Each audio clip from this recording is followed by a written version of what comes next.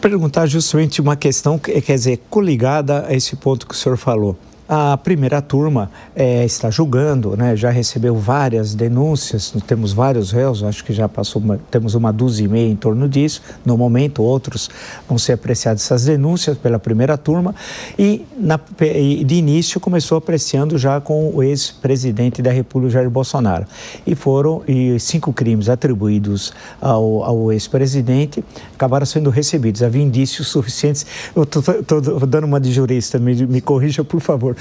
Os indícios, é bom lembrar que indício não é prova, não é condenação, quando você vira réu, porque as pessoas querem antecipar as coisas no Brasil, querem fazer com muita pressa, e fazer com pressa vai ter injustiça. Bem, o presidente, portanto, é réu em 5, 3 deles são penas graves: abolição violenta do Estado Democrático de Direito, golpe de Estado, formação de quadrilha, e depois tem outras penas menores vinculadas ao patrimônio público.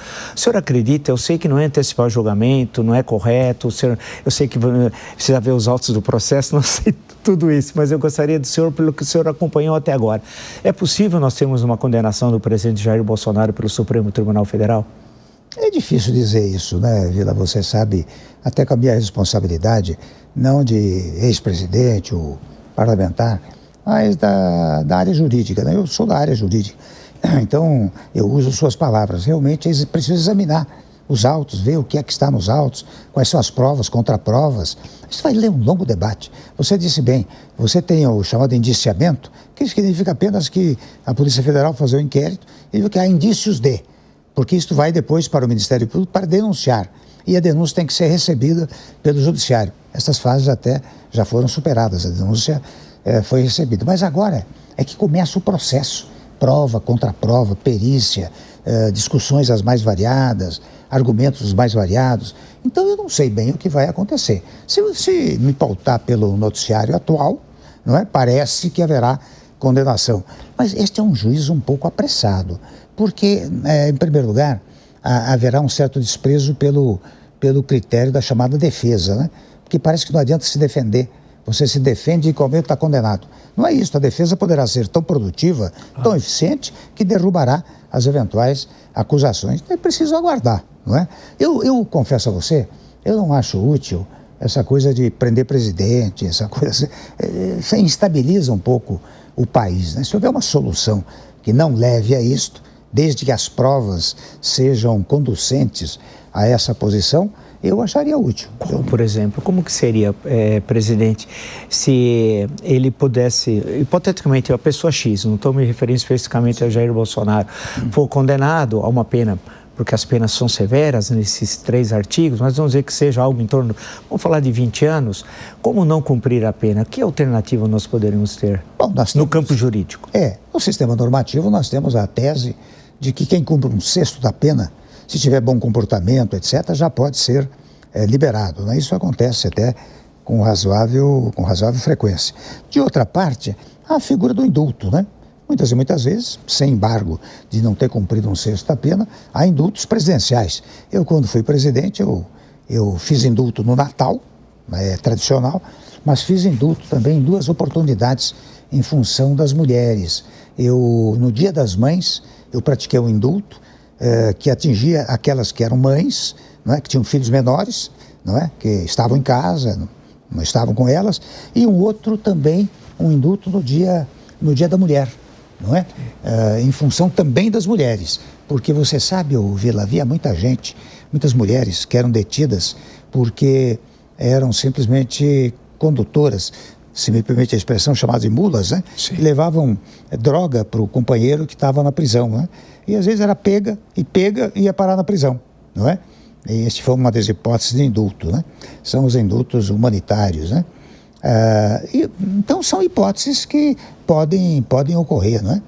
Essa do 1/6 da pena, se você foi condenado a 12 anos, 1/6 da pena são 2 anos, não é isto? Eu acho que o Supremo pode dar uma solução a isso e acharia útil. Acharia útil porque a minha tese é da pacificação. Você sabe que eu não sou de briga, né? Então, a minha tese é da pacificação do país. Mas não porque eu queira, é porque a Constituição determina. Você sabe que a Constituição é plena de dispositivos que determinam a solução pacífica de todas as controvérsias, seja no plano interno, seja no plano internacional. Você vê, por exemplo, vou dar um exemplo no plano internacional, né? A Constituição diz que você não pode, os artefatos nucleares só pode, agora que se fala tanto em artefato nuclear, né? Os artefatos nucleares só podem ser utilizados para fins pacíficos. E no Brasil é agricultura, energia, agricultura, né? Não pode ser utilizada para outros fins. Então, esta ideia da solução pacífica de controvérsias é o tema da Constituição. As autoridades constituídas têm que praticar a tentativa de pacificar o país. Eu me recordo, eu tinha no meu governo, eu tive problemas com o Supremo Tribunal Federal. Uma ocasião eu pratiquei o indulto, suspendeu-se o indulto por quase um ano, mas a advocacia, Defensoria Pública entrava com vários pedidos, porque já tinha presos que poderiam desfrutar do indulto e demorou muito. Foi julgado o indulto. Num dado momento eu nomeei uma ministra que tinha no Ministério do Trabalho, ela tinha uma reclamação trabalhista de uma empregada doméstica. Foi um escândalo e houve uma liminar suspeita. Eu nunca critiquei o Supremo, eu dialogava e naturalmente a minha área jurídica dialogava com argumentos jurídicos nos autos, né? Então, por quê? Porque quando você, presidente, começa a criticar muito um dos poderes, você cria uma instabilidade institucional muito grande, né?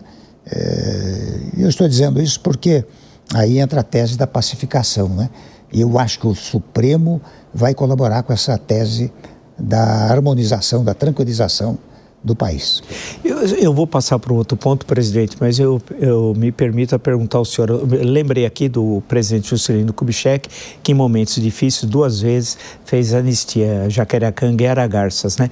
Mas eu queria colocar uma seguinte questão que muitos dizem em relação ao 8 de janeiro. Se não tiver punição, é um estímulo para novas ações como aquela. O que o senhor acha?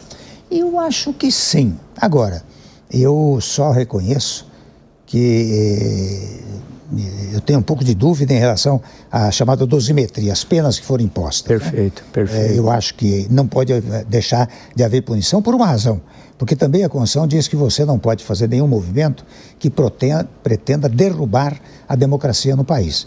E esse movimento nitidamente foi isso, porque, digamos, agressão a prédios públicos, Vila, isso ocorre. No meu governo, quando tramitava a reforma trabalhista e a reforma da Previdência, chegaram 1.200 ônibus lá um dia de manhã, às 8 horas da manhã, e botaram fogo em ministério, invadiram o Congresso Nacional, queimaram carros, um movimento fantástico.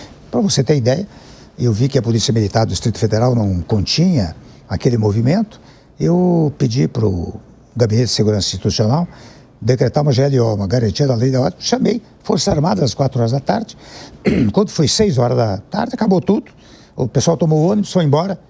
E, claro, deu noticiário naquele dia, deu noticiário na noite seguinte. Mas quando foi no dia seguinte, aí eu me lembrei do Juscelino, viu? Esse exemplo que você está dando, que era um pacificador, né? Sim. Quando foi 2 horas, 3 horas no dia seguinte, eu dei uma entrevista e um repórter perguntou: "O presidente, o que é que achou do movimento de ontem?" Ele disse: "Você usou uma expressão correta. Ontem para mim é passado. Eu não falo de passado. Vou falar de amanhã, que é futuro." Você sabe que à noite desapareceu o noticiário, não se tocou mais no assunto. Isso é um desprezo, convenhamos, pelo movimento, que não foi bem sucedido, né? Então, eu acho que isto da pacificação é uma coisa que nós devemos pregar a todo momento. Ainda agora, Vila, eu tenho sido procurado por governadores que delicadamente vêm me pedir conselho. Eu digo: "Olha, vocês sabem mais do que eu." Mas, coincidentemente, praticamente 5 governadores vieram a mim, individualmente. Eu disse: "Olha, vocês poderiam fazer uma grande coisa pelo país. Vocês poderiam se reunir, como vocês têm mais ou menos a mesma posição, propor um programa para o Brasil, porque o Brasil não tem projeto. Eu tinha projeto, eu tinha ponte para o futuro. Um programa para o Brasil e depois, lá na frente, vocês decidem quem vai ser o candidato." Não é? Não é uma coisa fácil. Sim. Eu reconheço que não é coisa fácil. Mas é uma forma de você até prestigiar o eleitorado. Porque hoje você vê eleição é nome contra nome. O que eu quero é que seja projeto contra projeto. né? E quem comanda o projeto, eu estou de acordo com o projeto, eu digo, quem comanda esse projeto? É fulano, eu voto nele. Vamos ver. Eu quero voltar a essa questão, presidente. Eu queria antes colocar, que eu acho super importante, colocar a seguinte questão. O senhor, agora não como necessariamente jurista, mas como um político experiente, ex-presidente da República, ex-vice-presidente, várias vezes presidente da Câmara dos Deputados, etc. O último quadrênio presidencial, o senhor considera que a democracia foi colocada em risco? Olha, eu acho que houve ataques à democracia, não tenho a menor dúvida. O próprio ex-presidente, né? A meu modo de ver, até tomo a liberdade de dizer, ele fez um grande esforço para perder a eleição, não é? As coisas que ele dizia, e eu digo isso a você aqui, porque nas pequenas oportunidades em que ele me consultou, eu disse, você precisa tomar cuidado com isso, não é? Você, tinha aquele tal cercadinho de manhã, você de manhã já vai lá e fala tudo que tem que falar, não sabe o que vai acontecer durante o dia, gera uma conflitância extraordinária. Durante o dia você ataca os poderes da República, não pode. Você tem que harmonizá-los, sem embargo de você ter eventuais contestações no plano pessoal, mas você tem que dialogar com os poderes, não é? E você mencionou aí o episódio de 2021, né, de 7 de setembro. Isso. Que foi uma solução que eu dei naquele momento, a pedido dele até, junto ao Supremo Tribunal Federal, que naquele momento pacificou o país, né? Porque poderia haver um conflito civil de dimensões significativas, né? Então, acho que é isto, viu? Eu acho que nós temos que caminhar por aí. Deixa eu perguntar uma questão, para trazer para uma questão bem contemporânea, mas antes colocar para o senhor presidente. O senhor se considera uma vítima da Lava Jato? Sabe que não, interessante. A Lava Jato é o seguinte, ela teve seu papel no país. Agora, interessante, ultrapassou limites. E aqui no Brasil é assim, quando um lado ultrapassa limites, quando vem o contra-ataque, também o contra-ataque ultrapassa os limites. Você percebe? Então, o que houve naquele momento foi um ultrapasse de limites. Né? E formou-se a ideia de que tudo... Aliás, interessante, um dia eu disse que setores da imprensa que diziam, olha, se fulano, beltrano e ciclano não trabalharem mais nesse tema, não tem mais combate à corrupção. Eu achava um desserviço ao país, porque o combate à corrupção e à improbidade administrativa não está vinculada a João, José e Maria.